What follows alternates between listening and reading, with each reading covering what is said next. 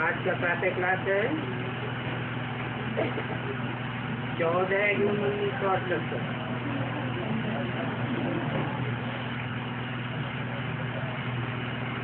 बाप बच्चों को पावन बनाए रहे हैं।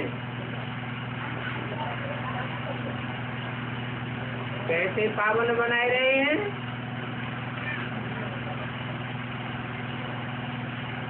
बाप तो निराकार है,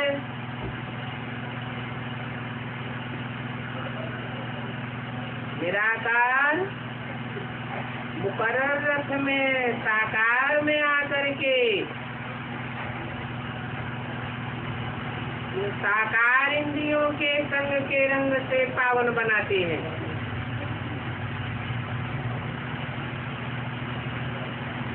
और प्यार तो जरूर शरीर के साथ किया जाता है। तो जरूर बाप प्यार से बच्चों को पावन बनाए रहे हैं। प्यार जरूर चाहिए। भला आपस में भाइयों भाइयों का प्यार तो ठीक है, आत्मा आत्मा भाई भाई, क्योंकि एक बाप के बच्चे सभी भाई भाई हैं। परंतु पावन बनाने वाले भाई नहीं हो सकते। पावन बनाने वाला एक ही बाप है। इसलिए एक बात में सभी बच्चों का लव चला जाता है। अभी बाप कहते हैं, हे बच्चों माम एकम याद करो।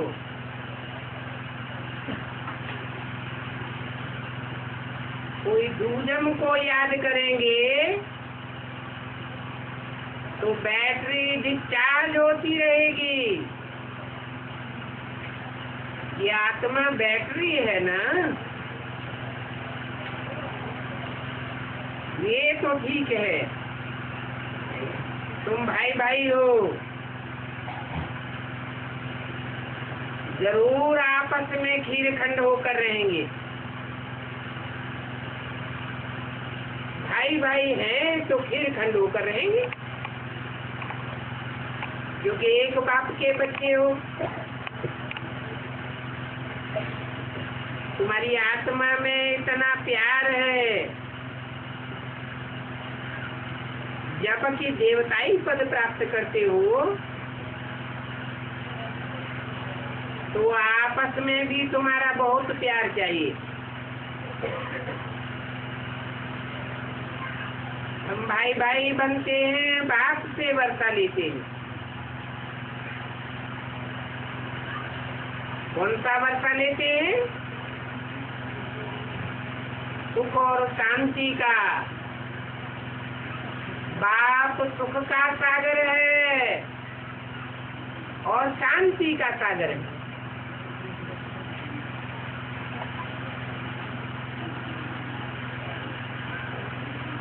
शांति का सागर शांति के देश से आते हैं,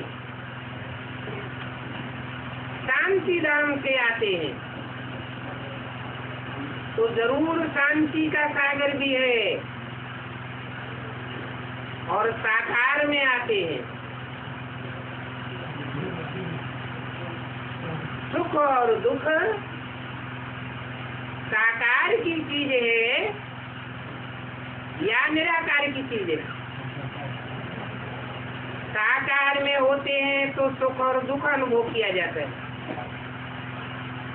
तो निराकार बाप शांति का सागर, शांति देश का रहने वाला, सुख के सागर बाप में आता है, जरूर साकार है।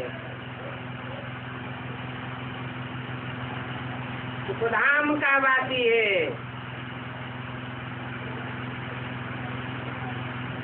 तो बच्चे सुख के सागर, शांति के सागर से वर्षा लेते हैं और बाप आकर के सिखलाते हैं कि वर्षा कैसे लेना है। जो समझने वाले होते हैं वो तो समझते हैं ये स्कूल है, नर से नारायण बनने का स्कूल है। नर माने मनुष्य, मनुष्य उनको कहा जाता है जिनका मन चलायमान होता है। मनुष्य सदा काल अमन नहीं रह सकता। बाप आते हैं तो ऐसा रास्ता बताते हैं जो मनुष्य मात्र सुखी हो जाते हैं। और सुख भी नंबरवार पुरुषार्थ अनुसार मिलता है। एक जैसे सुखी सभी नहीं हो सकते। ये बड़ी यूनिवर्सिटी है।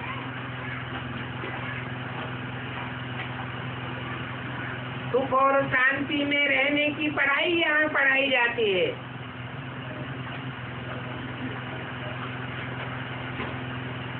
बाप संग का रंग लगाने के लिए सभी को दृष्टि देते हैं। जैसी दृष्टि वैसी सृष्टि बन जाती है। दृष्टि देते हैं अथवा बच्चों को याद करते हैं, बेहद का बाप सारी दुनिया के मनुष्य मात्र को, सभी आत्माओं को याद करते हैं।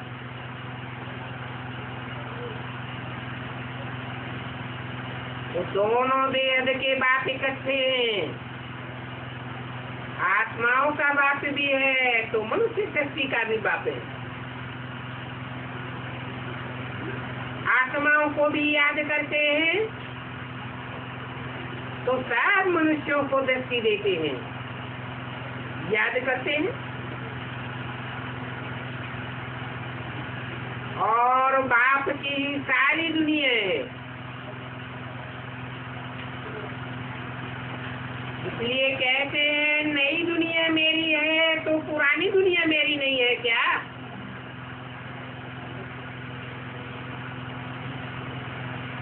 तो नई हो या पुरानी हो,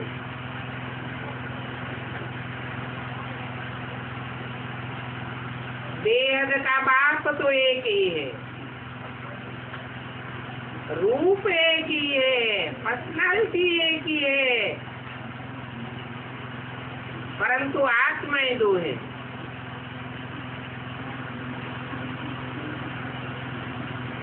नई दुनिया बाप की है तो पुरानी दुनिया बाप की नहीं है क्या?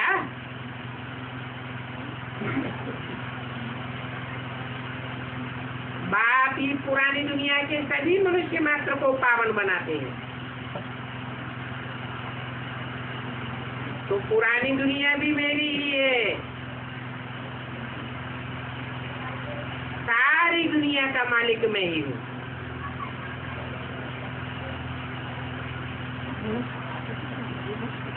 बल मैं नई दुनिया में राज्य नहीं करता हूँ, परंतु है तो मेरी ना। मेरे बच्चे मेरे इस बड़े घर में बहुत सुखी रहते हैं।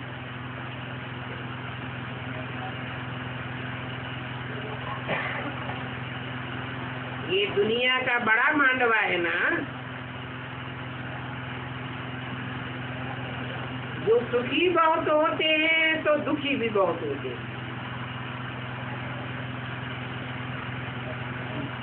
तो दुनिया में है ही सुख दुख का खेल। ये सारी बेहद की दुनिया जैसे हमारा घर है, बड़ा मानवा है ना। बाप जानते हैं इस सारे घर में हमारे बच्चे हैं।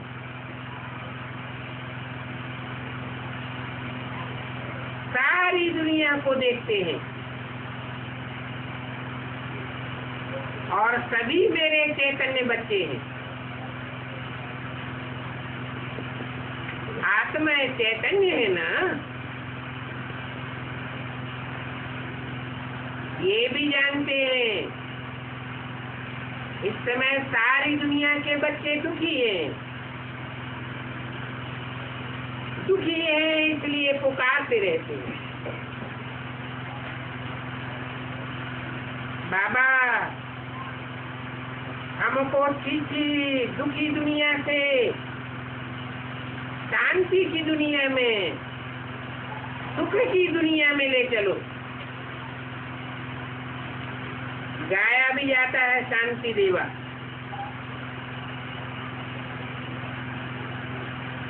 वो शांति देवा भी है तो सुख देवा भी है। देवा देव को कहा जाता है।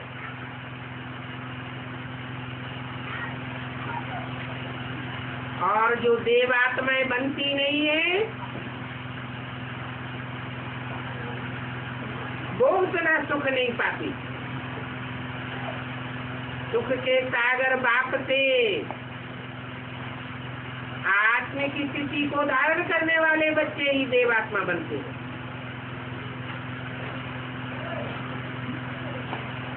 बच्चे बाप को पुकारते हैं, देवताओं को पुकारते हैं, परंतु कोई भी देव आत्मा शांति तो दे नहीं सकती सिवाय बाप के।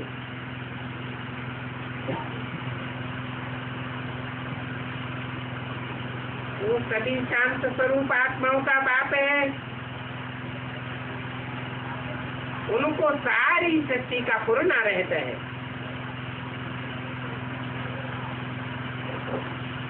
ये बेहद का घर है, बाप जानते हैं। इस बेहद के घर में इस समय सभी दुखी हैं। तो दुखियों को सुख देने के लिए आता है, परंतु पहले बच्चों को शांति धाम में ले जाता है। दुखी आत्मा पहले दुख से निजात पाना चाहती है, दुख से छुटकारा होना माना शांति पाना। शांति के बाद फिर ऊंची स्टेज है सुख। तो शांति देवा भी गाया हुआ है और सुख देवा भी गाया हुआ है। मनुष्य दो ही चीजें मांगते हैं, हमें शांति दो, हमें सुख दो।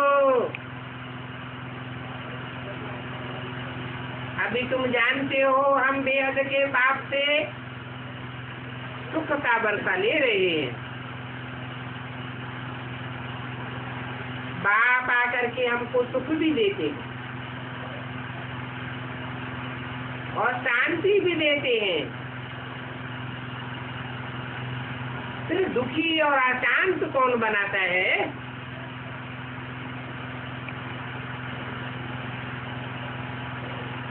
जरूर कहेंगे। बच्चे जब अपने आत्मिक स्वरूप को भूल जाते हैं, स्व के रूप को भूल जाते हैं, तब स्वर्ग से नीचे नरक में आ जाते हैं। क्यों? कि जो सदैव स्वचिंतन में रहने वाला बाप है, आत्मिक स्थिति में रहने वाला बाप है, उसकी पढ़ाई को भूल जाते हैं। कि पहली पढ़ाई का पाठ अपन को आत्मा समझो। देवताएं अपन को आत्मा समझते हैं तो सुखी भी रहते हैं। वही देवताएं जब द्वापर में आते हैं तो अपन को देह समझ बैठते हैं। आत्मिक स्थिति कम होती जाती है, देह भान बढ़ता जाता है, तो द्वैतवाद की दुनिया पैदा हो जाती है। दो दो मतें आरंभ हो जाती है, दो दो कुल शुरू हो जाते हैं, दो दो राज्य शुरू हो जाते हैं, दो दो भाषाएं हो जाती हैं।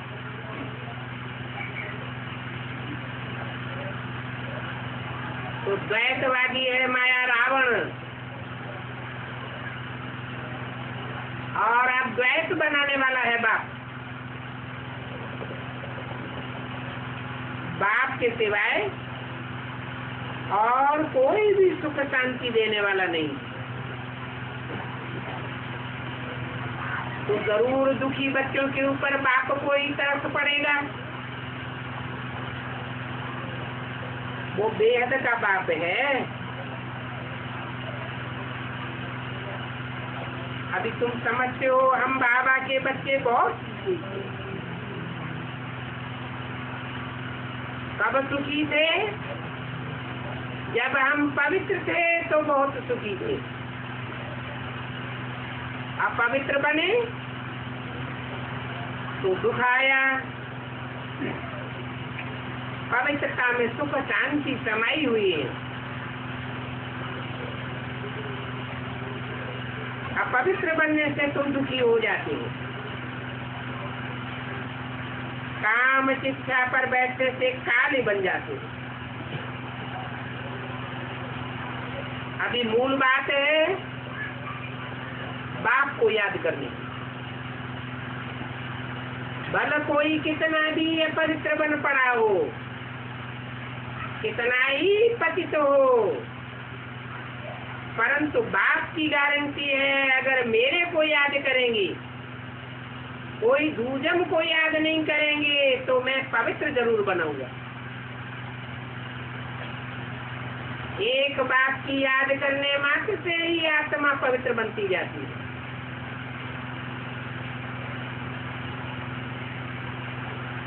जिस बाप से इतना ऊंच पद पाया है उस बाप को तुम भूल जाते हो।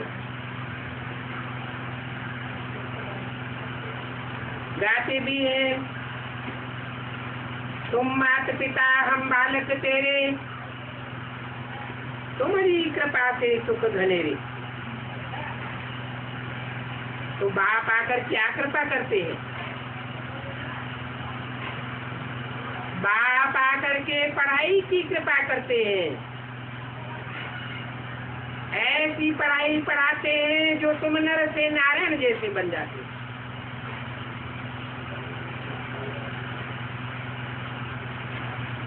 अभी फिर से तुम सुख घनेरे ले रहे हो, क्योंकि अभी इस दुनिया में घनेरे दुख हैं। ये सारी दुनिया ही तमो प्रधान है, क्योंकि सात विषय सागर में गोते खाते रहते हैं और गोते खाने वालों को समझ कुछ भी नहीं है। अभी तुमको समझ मिल रही है, समझते हो। ये दुनिया तो रौरव नरक है।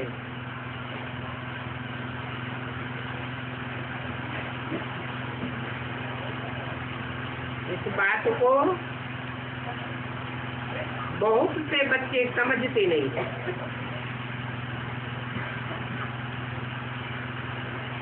तो बाप बच्चों से पूछते हैं,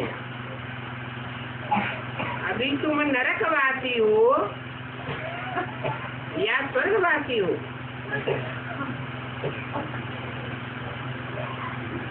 अभी स्वर्ग है ही कहाँ जो स्वर्गवासी होंगे। हाँ, स्वयं स्थिति में जो स्थित हो जाते हैं वो सुख का अनुभव कर सकते हैं। बच्चे यही इसी दुनिया में वैकुंठ का अनुभव करेंगे। शास्त्रों में वैकुंठ की यादगार है ना। क्रिश्चियन लोग उसे पैराडाइज कहते हैं, मुसलमान उसे जन्नत के नाम से जानते हैं। कुछ मनुष्य मरते हैं तो भी कह देते हैं स्वर्गवासी हुआ। अब इसका अर्थ क्या है? क्या मरने से कोई स्वर्गवासी हो जाता है? मरना माने शरीर छोड़ना। स्थूल बात नहीं है। जो जीते जी मरेंगे देवभान से, वो स्वर्ग का अनुभव करेंगे।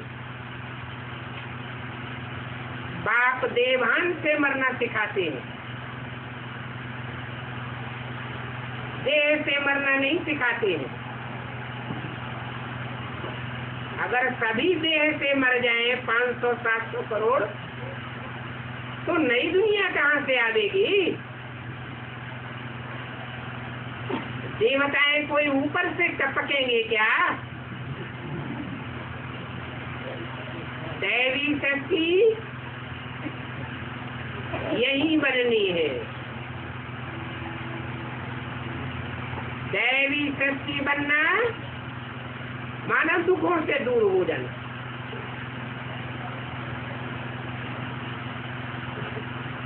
तो सिर्फ कहते हैं स्वर्गवासी हुआ। अगर स्वर्गवासी हुआ तो फिर उनका आवाहन करके नरक की चीजों क्यों खिलाते हो? इससे साबित होता है कि कोई भी आत्मा स्वर्गवासी नहीं होती। इस दुनिया में स्वर्ग है ही नहीं, तो स्वर्गवासी होने का सवाल ही नहीं। अभी तुम सात दुखों से दूर होते हो। देह समझने से दुखों का भंडार आता है, आत्मा समझने से सुखी हो जाते हो।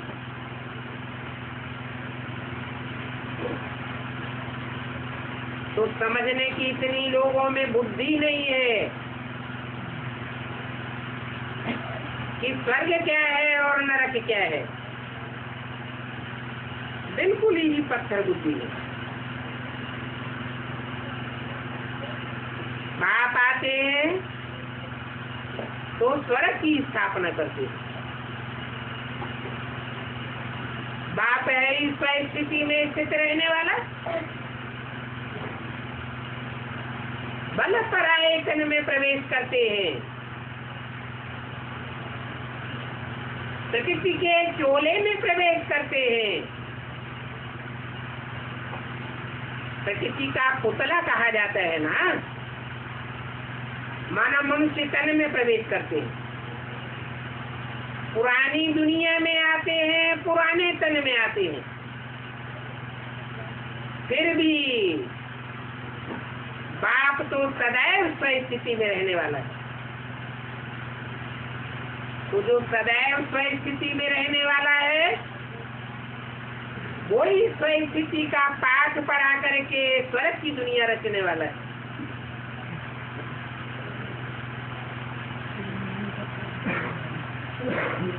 इसके लिए तुम बच्चों को राजयोग सिखाते हैं।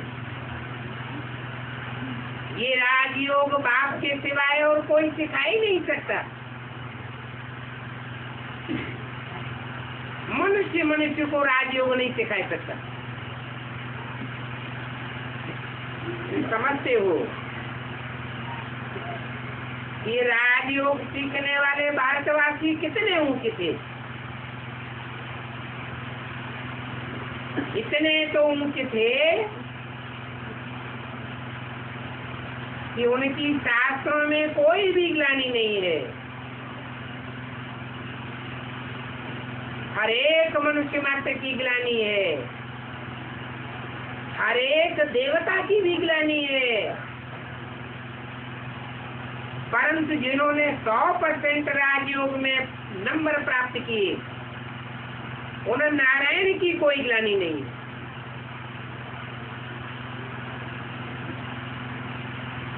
नारायण का राज कितना गाया हुआ है। यथा राजा तथा प्रजा, वहां सब सुखी होते हैं।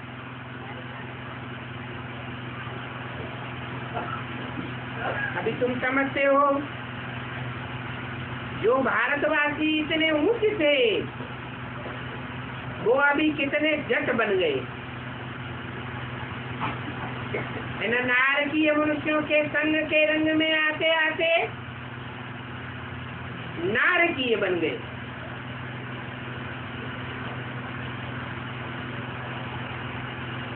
इतने तो जट बुद्धि बन गए हैं,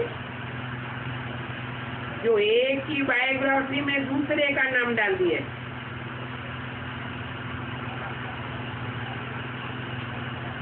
बाप की बायोग्राफी में बच्चे कृष्ण का नाम डाल दिया है। इतनी बड़ी बेवकूफी है।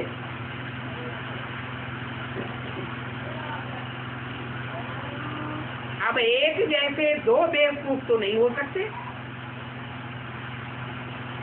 नंबरवार बुद्धिमान होते हैं तो नंबरवार बेवकूफ भी होते हैं।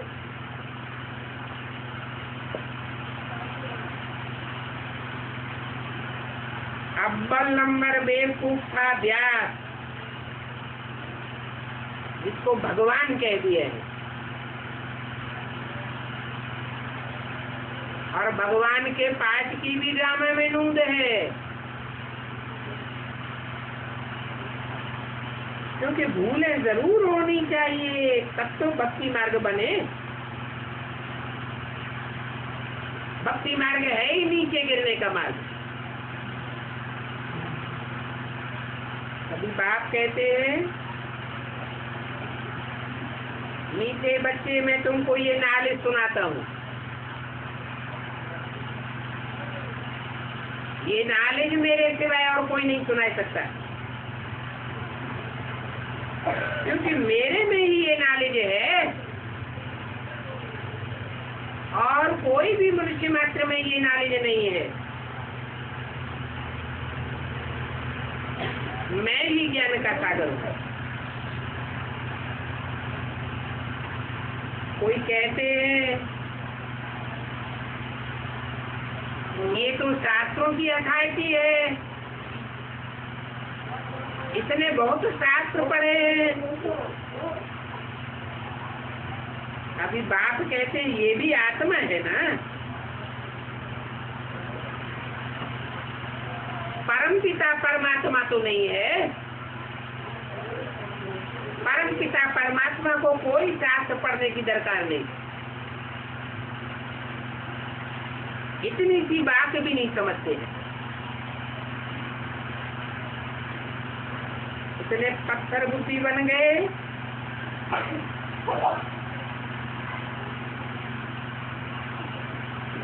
जो कोई भी बात बुद्धि में बैठती नहीं है। और सभी धर्म के मनुष्य पत्थर बुद्धि बन गए। कोई को कुछ भी मालूम नहीं, कोई को बाप का पता ही नहीं है। भले कोई भी हो, हिंदू हो, मुसलमान हो, क्रिश्चियन हो, उनका धर्म पिता ही क्यों न हो,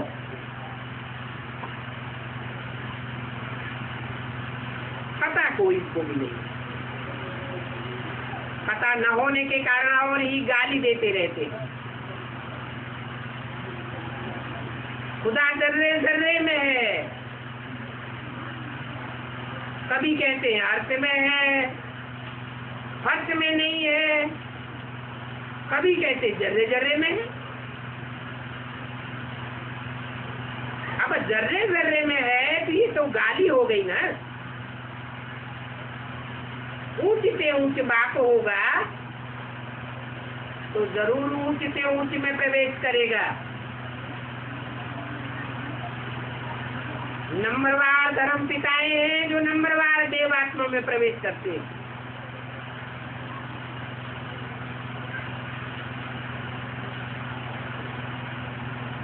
सबसे जास्ती गाली तो यह देते हैं। कौन है? यह कहते किसकी तरफ इशारा करते? ब्रह्मा की तरफ। कह देते ईश्वर तरफ व्यापी है। कच्छ अवतार है, मत्स्य अवतार है, वाराह अवतार है, फिर ठिक्कर भीतर में भी डाल देते।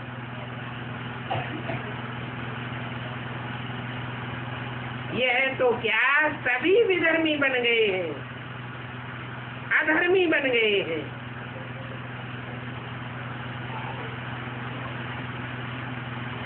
फिर बाप आकर सभी धर्मों का विनाश करा देते हैं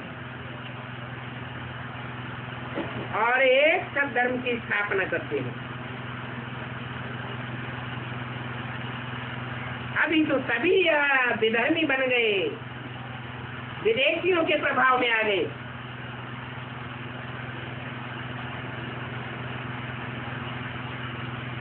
हर एक धर्म भी पहले सतो प्रधान होता है,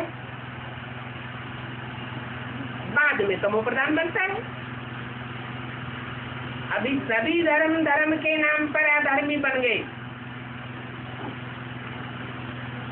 मेरी कितने ही ग्लानि करते हैं। बाप जो इस दुनिया में एक व्यापी होकर के आता है उसको सर्वव्यापी समझ बैठते हैं। कितना ऊंचा बाप जो विश्व का मालिक बनाने वाला है, उनके लिए कहते हैं ठिक्कर भिक्कर सब में है। अब ठिक्कर जैसी बुद्धियों में मैं क्यों आऊंगा? व्यास भगवान ने क्या क्या बैठ लिखा है। मनुष्यों को तो कुछ भी पता नहीं है कि व्यास भगवान ने ग्लानि की है। बिल्कुल ही आर्पण बन पड़े। और जो आर्पण होते हैं उनकी निशानी भी होती है। क्या होती है निशानी? जो आर्पण होते हैं वो आपस में ही लड़ते झगड़ते रहते हैं। बाप तो बेहद की बातें समझाते हैं। हद की दुनिया की ही बात नहीं है। ब्राह्मणों की दुनिया में भी जो बारपन बन पड़ते हैं वो आपस में लड़ते हैं। तुम भी निर्धन के बनने के कारण आपस में लड़ते झगड़ते रहते हो।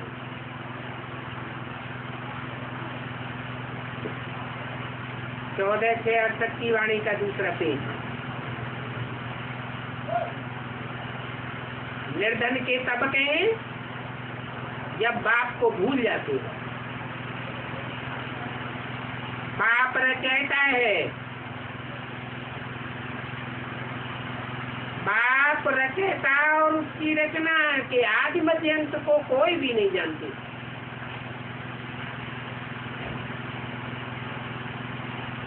एक बाप ही है जो रचयिता और रचना का राज समझाते हैं। रचना के आदि मध्य अंत को समझाते हैं। और तो कोई ये बातें बता ही नहीं सकता। भगवान बाप का परिचय कोई दे ही नहीं सकता, क्योंकि बाप अपना परिचय आकर के खुद देते हैं।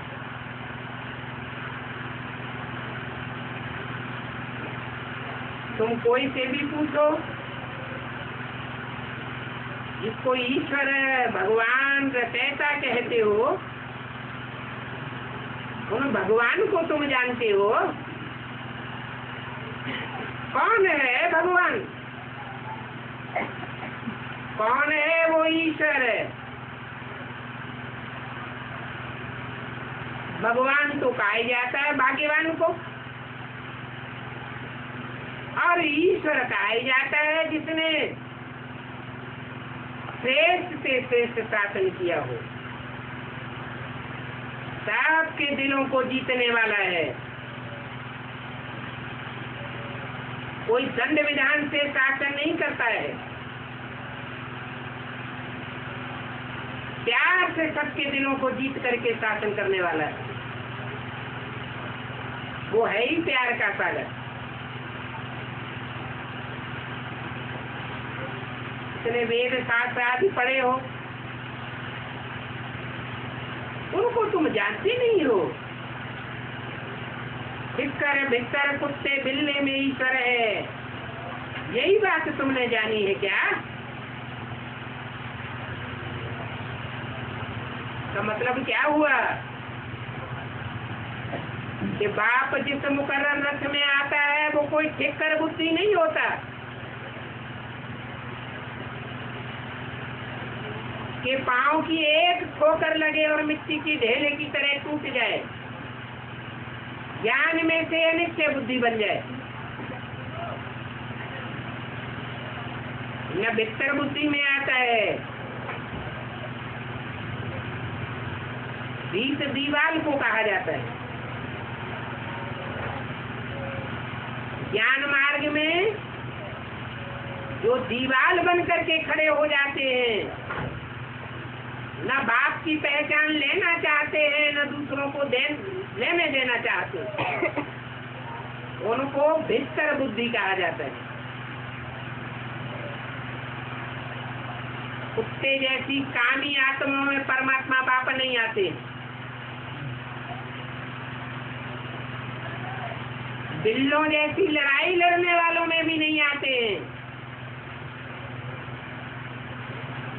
लड़ाई लड़ने वाले तो हैं ही यारपन के, जिनका कोई धनी धोरी नहीं होता। मैं तो उसमें आता हूँ जो अकल निश्चय बुद्धि होकर के पाठ बजाता है।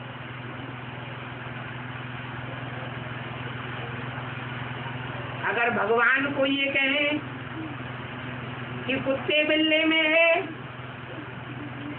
वो या कुत्ते बिल्ले का बच्चा हो गया। तुम्हारे शास्त्रों में ऐसी ऐसी बातें लिखी हुई है।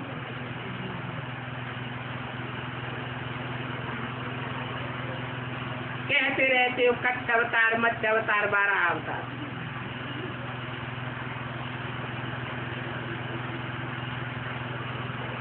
ऊपर से अवतरते हैं तो जरूर ऊपर से तो निराकार आत्मा ही आवेगी, और कोई शरीर में ही प्रवेश करेगी। तो बाप भी ऊपर से जब अवतरण लेते हैं तो पहले पहले शरीर धारण करते हैं। ऐसे नहीं ऊपर से कोई कच्छ मत्स्य के रूप में आ जाते हैं। तो बाप कहते हैं पहले अपन को समझो, तुम कौन हो।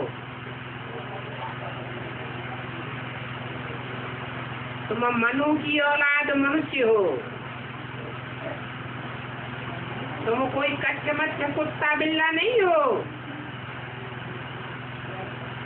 जो तुम्हारा बाप कच्छ मत्स्य कुत्ता बिल्ला बने।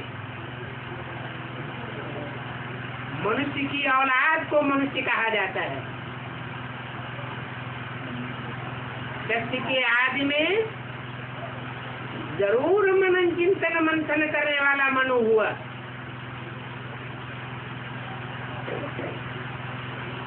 और उसको मनन चिंतन मंथन करने वाला बनाने वाला है बाप।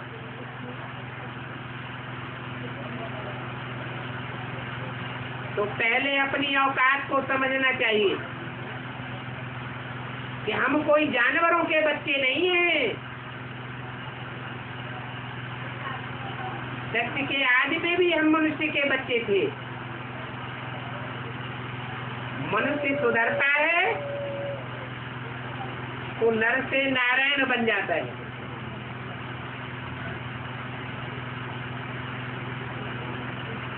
देवता बन जाता है। तुम भी देवात्मा हो। तो पहले अपन को समझना चाहिए मैं कौन सा पार्ट बजाने वाली देवात्मा हूँ। Who am I? मनुष्य तो तमो प्रधान है।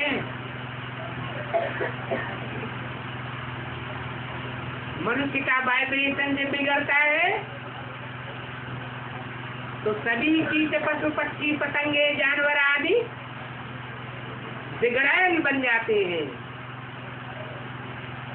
क्योंकि जानवरों में मन बुद्धि की पावर नहीं होती जो वाइब्रेशन को बनाए सके या बिगाड़ सके। वाइब्रेशन को बनाना और बिगाड़ना ये मनुष्य का काम है। और मनुष्यों ने तो वाइब्रेशन को बिगाड़ा ही है। भगवान आकर के सुधार करते हैं।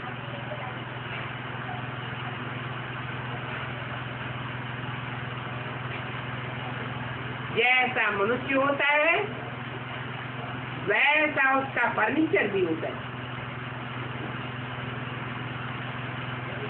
नंबरवार धर्म पिताएं आते हैं तो नंबरवार देवात्माओं में प्रवेश करते हैं। पहला धर्म पिता जरूर अव्वल नंबर में आ देगा।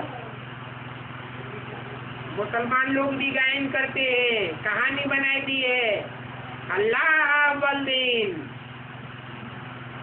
अल्लाह आते हैं तो अव्वल नंबर दीन अर्थात धर्म की स्थापना करते हैं। जरूर अव्वल नंबर में प्रवेश करेगा,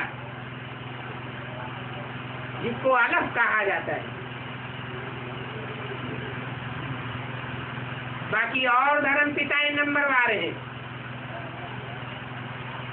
तो नंबरवार सतयुग के सेकंड थर्ड फोर्थ नारायण में प्रवेश करती है।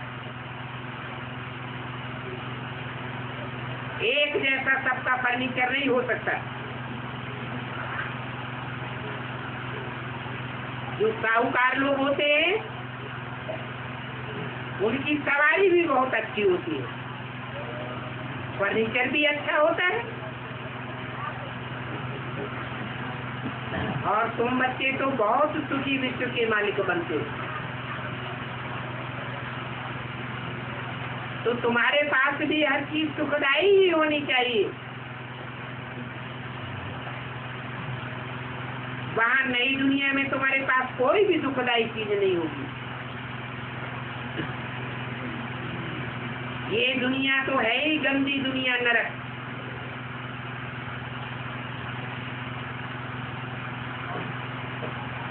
मनुष्यों को तो लज्जा नहीं आती है, तो कह देते हैं हम सभी भगवान हैं।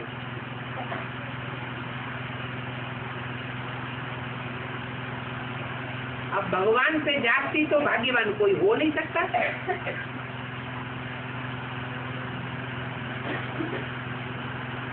वो तो ऊंच से ऊंच पाठ बजाने वाला हीरो पाठधारी है, और वो एक ही है। भगवान कोई दो पर्सनालिटी नहीं है, एक ही व्यक्तित्व है, और वो एक ही पतित पावन है। बाकी गंगा आदि नदियों को पतित पावन ही समझ लेते हैं, ये तो बड़ी भारी भूल हो जाती है।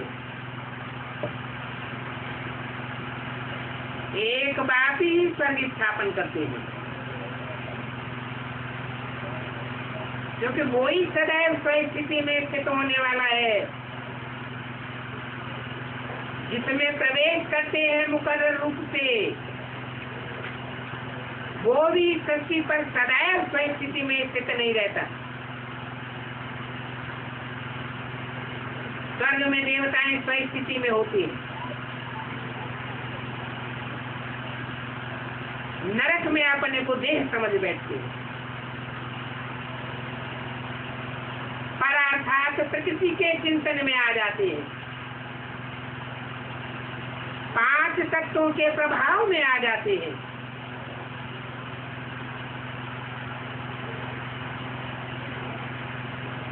अब देवताओं की तो महिमा सभी गाते हैं,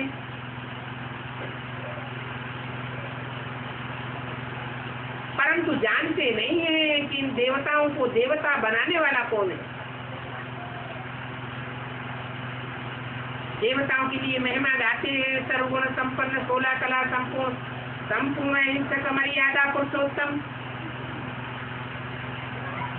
मंदिरों में जाते हैं तो देवताओं की महिमा करते हैं और अपनी निंदा करते हैं, क्योंकि सभी अपवित्र हैं, भ्रष्टाचारी है। कोई भी सन्यासी हो, शंकराचार्य हो, विद्वान पंडिताचार्य हो, भ्रष्टाचार से तो सभी पैदा होते हैं। भ्रष्ट इंद्रियों का भ्रष्ट आचरण किए बगैर इस दुनिया में तो कोई की भी पैदाइश नहीं होती। सारे ही गुमूत की औलाद है।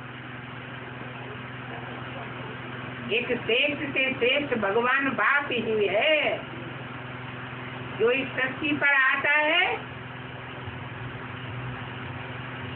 तो श्रेष्ठ ब्राह्मणों की रचना करता है। ये मुखवंशावली ब्राह्मण है। मुख और मुख में होने वाली सभी इंद्रियां श्रेष्ठ इंद्रियां गाई जाती है। तो तुम ब्राह्मण श्रेष्ठ वृत्ति की औलाद हो, श्रेष्ठ आचार्य हो। वे ब्राह्मणों में भी नंबरवार होते हैं। 9 पुरियों के ब्राह्मण गाए हुए हैं।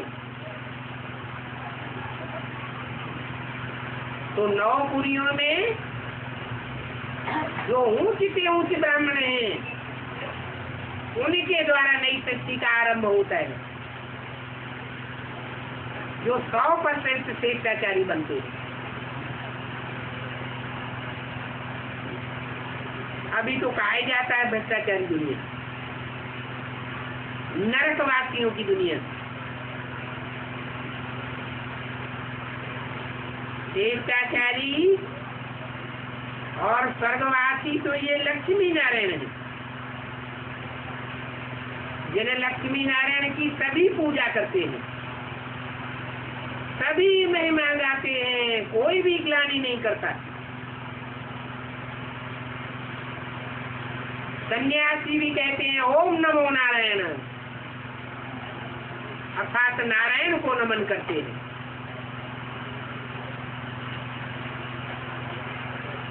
जब तक बड़े हो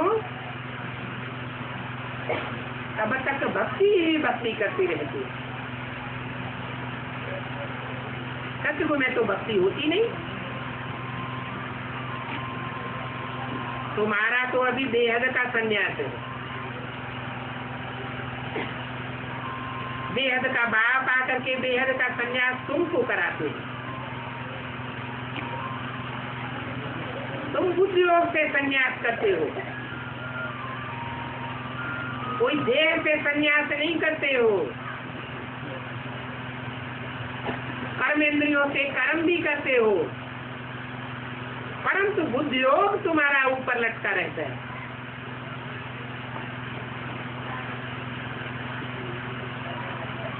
जो कर्म इंद्रियों के कर्मों का त्याग करते हैं वो तो हठ योगी है, उनका हद का संन्यास है, उनका धर्म ही दूसरा है। बाप कहते हैं अभी इस दुनिया में तुम अपने धर्म को भूल करके कौन कौन से धर्मों में घुस पड़े हो। क्योंकि देवात्माएं ही द्वापर से हिंदू बन जाती है और हिंदू बन करके दूसरे दूसरे धर्मों में कन्वर्ट हो जाते हैं। जो दूसरे धर्म की आत्माएं हैं वो कभी भी कन्वर्शन स्वीकार नहीं करती। तुमको सबसे जाति संग का रंग लगता है। इतना संग का रंग लगता है कि अपने भारत देश का नाम ही हिंदुस्तान रख देते हो। जो देवस्थान था उसका नाम हिंदुस्तान रख दिया और फिर हिंदू धर्म कहने लग पड़े।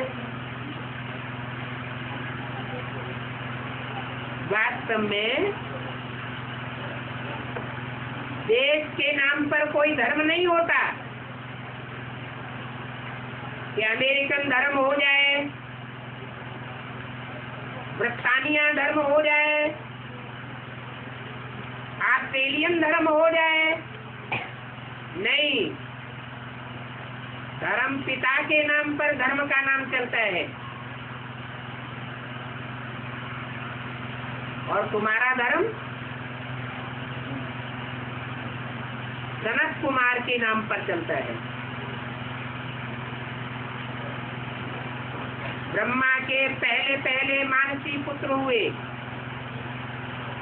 उन 4 पुत्रों में सबसे बड़े ज्ञानी तो योगी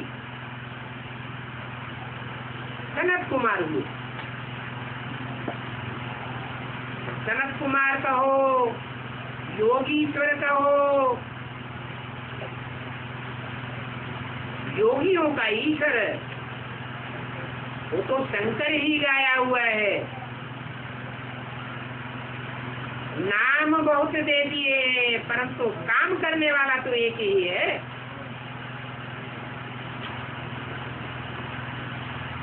तो मुख्य है तुम्हारा सनातन धर्म,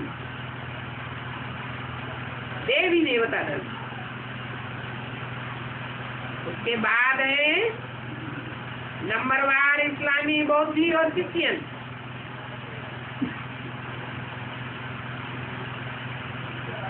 ब्रह्मा के भी बीज रूपी पेट को प्राप्त करने वाले 4 पुत्र हुए, सनत, सनातन, सनंदन, सनत कुमार।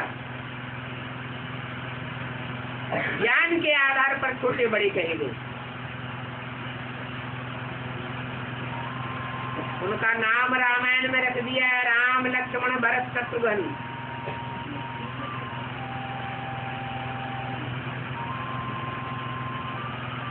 ये 4 धर्मों की 4 बीज रूप आत्माएं हैं। परंतु इन बातों का किसी को पता नहीं। पता न होने के कारण कहा जाता है तुच्छ बुद्धि। जो तुच्छ बुद्धि होते हैं वो स्वच्छ बुद्धि बनाने वाले बाप को जानते ही नहीं। बाप आकर कैसे स्वच्छ बुद्धि बनाते हैं। एक बाप ही है जो अभिविचारी दृष्टि के द्वारा सृष्टि को श्रेष्ठ बनाता है, दृष्टि से सृष्टि सुधारता है।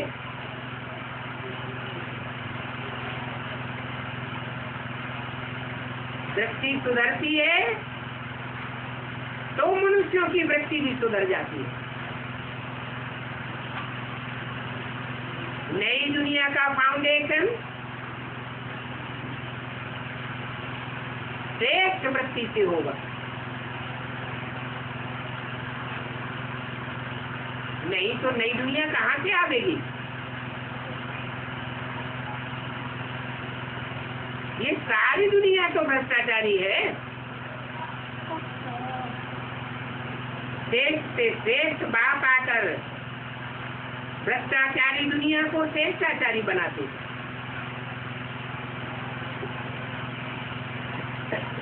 स्वच्छ बुद्धि बाप को कोई भी नहीं जानते। वो बुद्धिमानों की बुद्धि है। जब आते हैं तो सबकी बुद्धि को स्वच्छ बनाते। संग के रंग से ही स्वच्छ बनते हैं, संग के रंग से ही भ्रष्ट बनते हैं। द्वैतवादी युग से संग का रंग लगा देवताओं को तो भ्रष्ट बुद्धि बन गए। अभी श्रेष्ठ से श्रेष्ठ बाप आकर के श्रेष्ठ बुद्धि बनाते, पारस बुद्धि बनाते। परंतु पारस बुद्धि जो देवताएं थे वो ही पत्थर बुद्धि बन जाते। इस संग के रंग की बलिहारी है। ये सारी दुनिया आइलैंड है। कहते हैं लंका में रावण का राज्य था। लंका सारी समुद्र से घिरी हुई थी, उसमें रावण राज्य था। अभी ये सारी दुनिया समंदर से घिरी हुई है, परंतु रावण को कोई ने नहीं देखा। अभी बाप आकर के रावण की भी पहचान देते हैं। माया रावण को तुम बच्चे जानते हो, और राम की भी पहचान देते हैं। राम के द्वारा राम राज्य की स्थापना होती है। नहीं तो राम राज्य का गायन क्यों है? शिव राज्य का गायन होना चाहिए।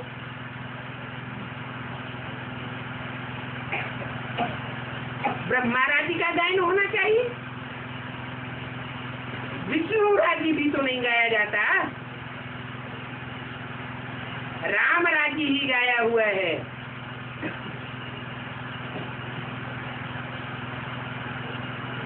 रावण को घड़ी घड़ी जलाते हैं, परंतु जिसको जलाते हैं उसको जानते ही नहीं। क्यों जलाते हैं?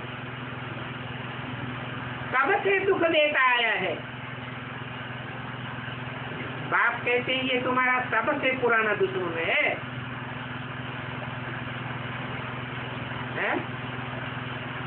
ये दुश्मनों की दुनिया शुरू कब से हुई? द्वापर से। द्वापर से कौन सी आत्मा ऐसी पहले पहले आती है जहां से रावण का राज्य शुरू हो जाता है? इब्राहिम आता है, इस्लाम धर्म का फाउंडेशन पड़ता है।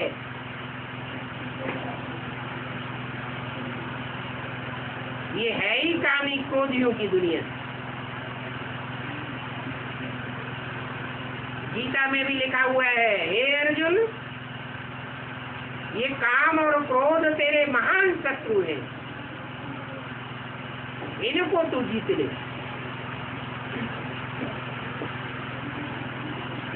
परंतु समझते ही नहीं है कि रावण को क्यों जलाते हैं।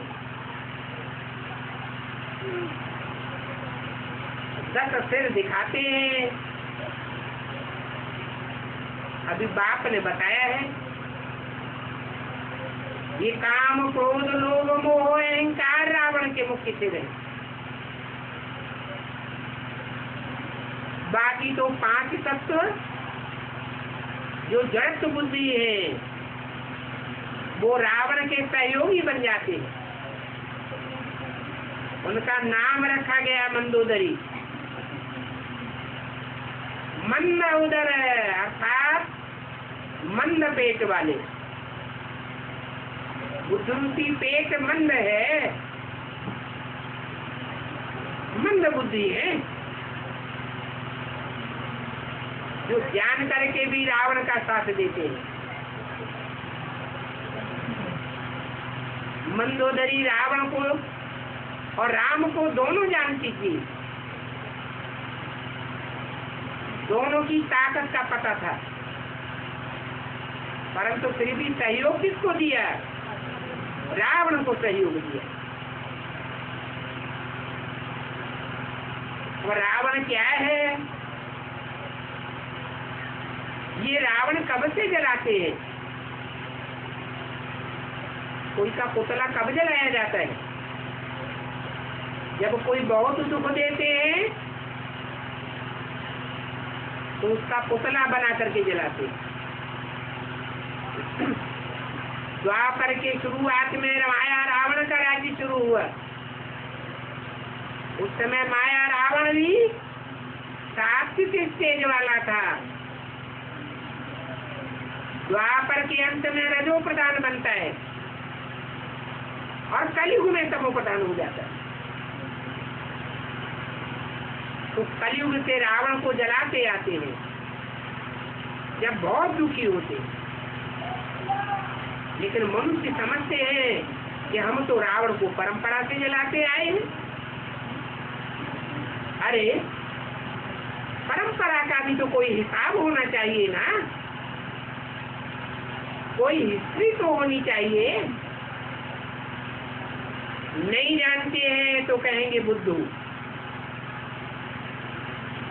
इस समय माया के राज्य में सब पतित भ्रष्टाचारी बनते हैं। तुम बच्चों को कोई जानते ही नहीं है। जो शूद्र बुद्धि होंगे वो तुमको क्या समझेंगे? तुम तो शूद्र से अभी ब्राह्मण बन गए। ब्राह्मणों को बाप आकर के पढ़ाते, बाप कोई शूद्रों को नहीं पढ़ाते हैं। अरे शूद्रों को ब्राह्मण कौन बनाता है?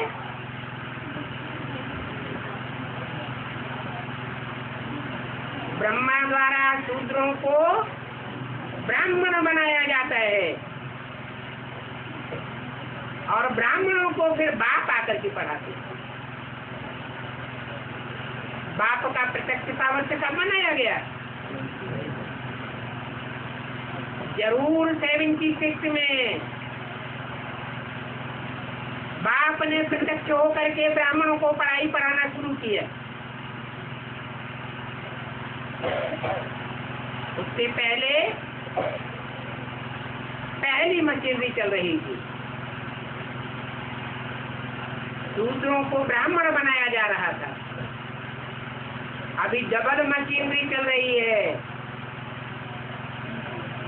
तुम्हारी भी ये मिशनरी है। तुम शूद्रों को ब्राह्मण भी बनाते हो और फिर ब्राह्मणों को बाप से शिक्षा दिलवा करके देवता भी बनाते हो।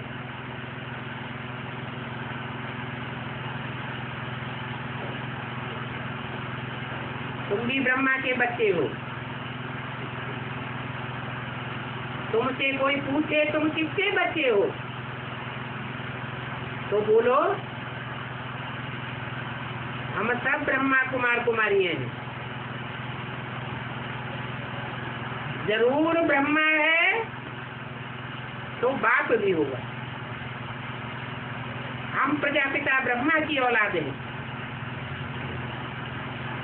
कोई पूछे ये ब्रह्मा किसका बच्चा,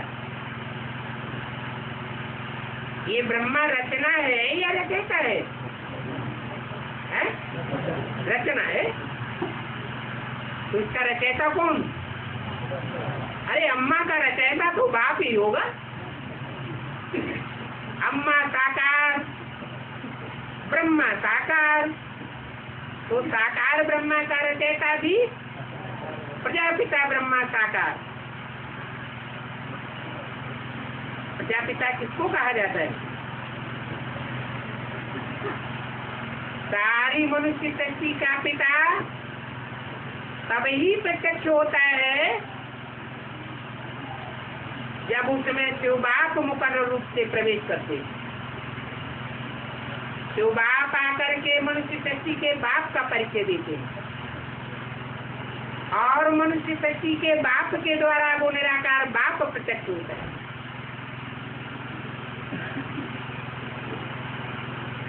तो हम ब्रह्मा के बच्चे हैं और यज्ञ के आदि में जो प्रजापिता हुआ,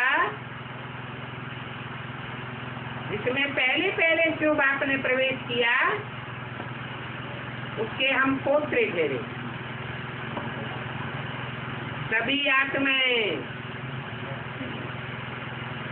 परमपिता परमात्मा के बच्चे हैं। फिर परमपिता परमात्मा जब शरीर में आते हैं तो फिर उनके बच्चे बन जाते हैं। तो ये प्रजापिता ब्रह्मा है, नहीं तो इतनी प्रजा कैसे रचते हैं? इन बातों को तुम बच्चे जानते हो। ये एडाप्शन का काम चल रहा है। शिव बाबा ब्रह्मा के द्वारा एडाप्ट करते हैं। तो ये ब्रह्मा हमारा बाप भी हुआ और माता भी हुआ। ये टाइटलधारी बाप है। तो एडाप्ट करते हैं तो माँ बाप दोनों चाहिए। शिव बाबा के एडाप्टेड बच्चे ब्रह्मा द्वारा, ब्रह्मा का मेला भी लगता है पुष्कर में। वास्तव में अजमेर में जो मेला लगता है ब्रह्मा का, वो मेला मनाने के लिए हिंदू जाते हैं या मुसलमान जाते हैं? मुसलमानों का उर्स लगता है। ये यादगार कहाँ की है? अभी भी माउंट आबू में कौन से धर्म में कन्वर्ट होने वाली आत्माएं बैठी हुई हैं, जो कान में उंगली दे करके अल्लाह को याद करना चाहती है।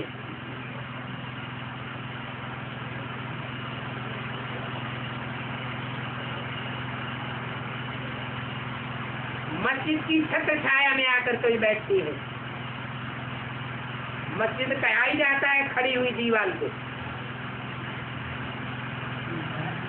जो ज्ञान के मार्ग में दीवार की तरह खड़ी हो गई, न खुद बाप को पहचानती है न दूसरों को पहचानने देती। ऐसे मुसलमानों का मेला यादगार के रूप में आज भी लग रहा है। वास्तव में अजमेर में तुम्हारा मेला नहीं लगता है। सच्चा मेला है ब्रह्मपुत्र और सागर का मेला। ये प्रैक्टिकल में अभी प्रत्यक्ष होने वाला है। यहाँ ब्रह्मपुत्रा नदी सागर से जाकर के मिलती है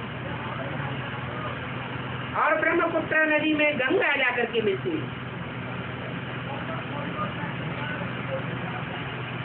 उस संगम पर मेला लगना चाहिए। वो एक ही मेला है जिसके लिए गायन है, और मेले बार बार। गंगा सागर एक बार। अब का गायन है? ये संगम युग का गायन है। सारे कल्प में एक ही बार चैतन्य बाप आकर के बच्चों से मिलते। ये ज्ञान सागर का सच्चा मेला है। अच्छा, ओ